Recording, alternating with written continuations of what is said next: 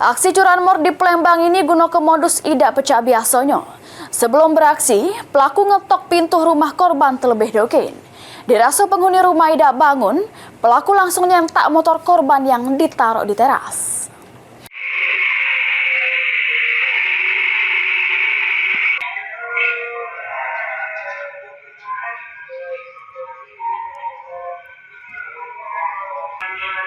Rekaman CCTV ini selik ke aksi curanmor di Jalan Inspektur Marzuki, Lorong Dharma, Pak Jo, Palembang pada subuh hari.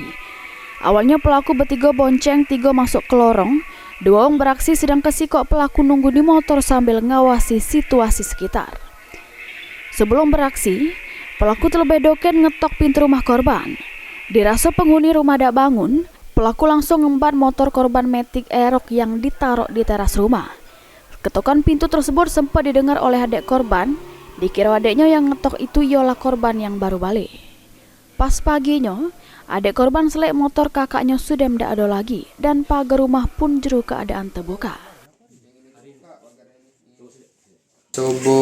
Pas subuh tuh ada yang ngetok subuh tuh. Nah adik ini tidak perlu dihiraukannya kan. Kira siapa?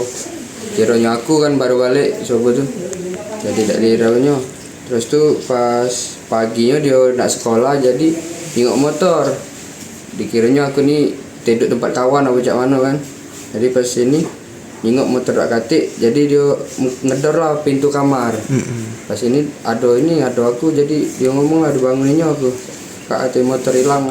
Sesudah kejadian, korban langsung membuat laporan polisi di Polsek Ilir Barat 1 Palembang. Berharap polisi cepat menangkap para pelaku serta motornya bisa balik lagi.